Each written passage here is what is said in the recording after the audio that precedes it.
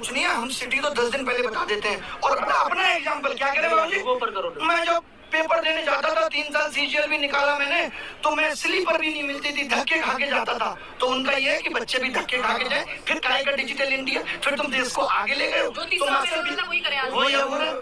Question है और जो एआई वाले इन लोगों ने मुद्दा उठाया था कि एआई से पेपर बनवा रहे हैं, उसमें उन्होंने बड़ा चलो कह रहे आपको पता है वर्जिन पेपर दे रहे हैं हम, वर्जिन पेपर है ये सब जो एक एक शब्द बता रहा हूँ, बोले वो अनटच है, उसको किसी ने टच नहीं किया है क्वेश्चन को, बिना टच किए बन गया।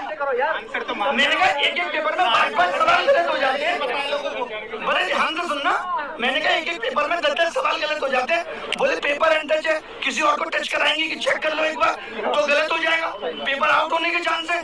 आज आप देख लो जो लोग हमारे पेपर बना रहे हैं वो अपने मौसी के लड़के को भी बता दें, उनको भी नहीं पता ये पेपर किस एग्जाम में आएगा। मैंने कहा भाई आप सिलेबस में तो आपने दिया नहीं था, प्रोबेबिलिटी स्टैटिस्टिक्स आप सिलेबस तो दे रहे हो।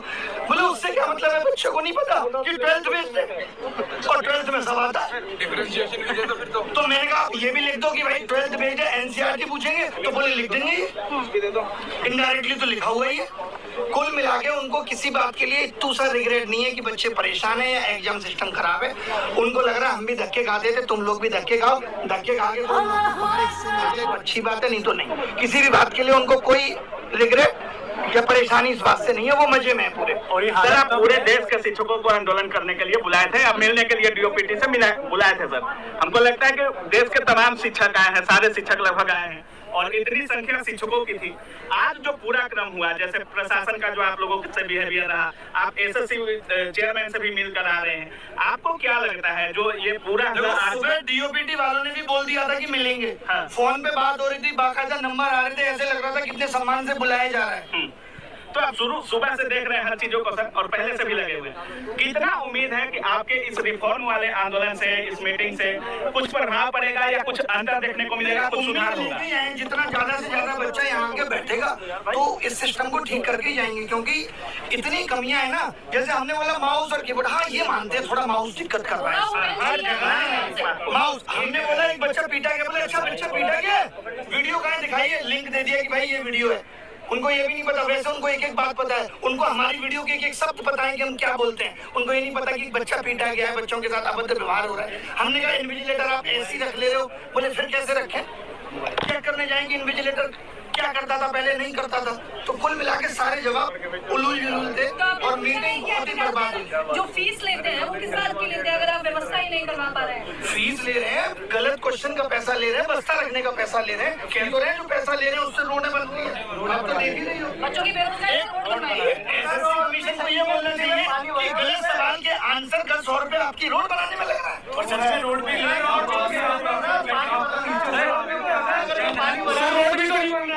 इकट्ठे हो रहे हैं, पूरे देश से बच्चे को बुला रहे हैं, यहीं बैठेंगे जब तक ये सिस्टम सही नहीं हो जाता।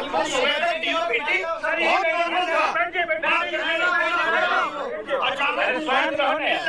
कैसे इतने लोग आ गए, ये कैसे हो गया, हटाओ अब नहीं मिलेंगे, ईगो पे ले ली बात, वरना उससे पहले मिलने को तैयार थे। सत्र चल रहा है, आप लोग अभी बवाल मत करिए। देखिए अभी संसद सत्र चलेगा, फिर 15 अगस्त आ जाएगा, उसके बाद दिवाली की छुट्टियां आ जाएंगी, फिर क्रिसमस आ जाएगा, फिर न्यू ईयर सेलिब्रेशन होगा, फिर मकर संक्रांति, फिर वैलेंटाइन डे, ये तो चलता ही रहेगा, समस्याओं का निदान होगा। उनका क्या होगा, ये सरकार की जिम्मेदारी नहीं है। जिनका लास्ट अटेम्प्ट है उनका क्या? लास्ट अटेम्प्ट पे मैंने पूछा कि आपके पास तो डीओपीटी से लेटर भी आ गया था, तो बोले उन्होंने यही तो कहा था कि इसको अग्रेसित करो, हमने कर दिया, रिजेक्ट कर दिया। अच्छा साहब बोले रिजेक्ट कर दिया। तो सर सीजीएल में होंगे क्या कुछ चेंजेस सर? कह रहे सीजीएल बहुत अच्छे से कराएंगे सर कब? कैसे डेट भी तो रहते हैं, लगा तो उनकी बातों से पोस्टपोन होने वाली बात बट शायद ना हो, लगा लेकिन उन्होंने एक बात और कही, जब आप शुरुआत में आप लोगों ने वीडियो देखा होगा, उन्होंने कहा आंदोलन करने की जगह जंतर मंतर है, तो आप लोग जंतर मंतर आइए वहाँ। हाँ मतलब ये कि आप जंतर मंतर पे जाके बैठो, अभी आप यहाँ ज्यादा बैठने लगोगे, इनको लगेगा यहाँ बहुत ज्यादा भीड़ हो गई, तो यहाँ भी ये कहने लगेंगे अब यहाँ भी मत बैठो, तो आदमी कहाँ बैठे? सोशल मीडिया की आवाज आप सुन नहीं रहे, तो कैसे भी तो आदमी अपनी आवाज पहुँचाएगा। सरकार इतनी बहरी कैसे हो सकती है? बच्चों के साथ जो अभद्रता की गई उसका क्या जवाब होगा?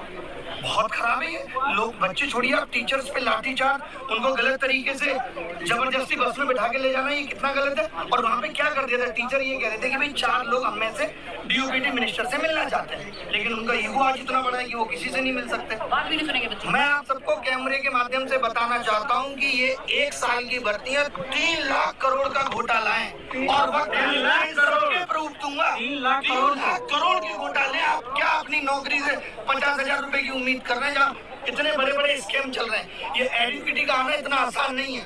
अच्छा, वो लोग शिक्षक का काम भी बता रहे हैं, वो कह रहे हैं आपका काम तो शिक्षा देना है, आप लोग आंदोलनकारी बन गए हैं। और जो बिना पढ़े लिखे नेता है वो शिक्षा पे पॉलिसी बना रहे हैं, एबीसीडी नहीं आते बावजूद राजस्थान के शिक्षा मंत्री बन के बैठे हैं।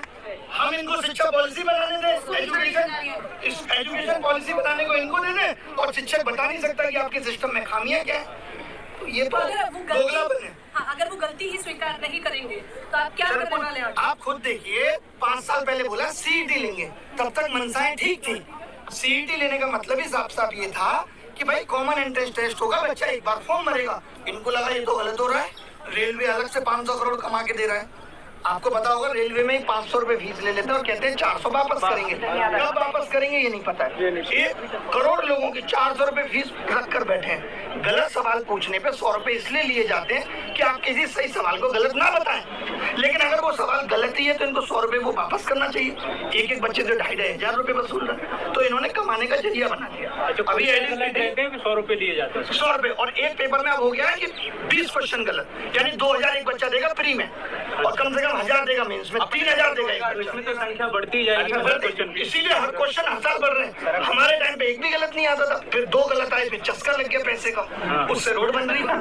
अच्छा सर, आप एसएससी चेयरमैन से मिले, कोई किसी और आयोग के चेयरमैन वगैरह से, जैसे आपका आंदोलन जो था, जो कह रहे थे डीओपीटी से मिलने का मतलब इतना ही था कि हमें आप पूरे एग्जाम सिस्टम पे बताओ, खाली एसएससी में ही नहीं, आप बाकी के एग्जाम सिस्टम पे भी बात करो।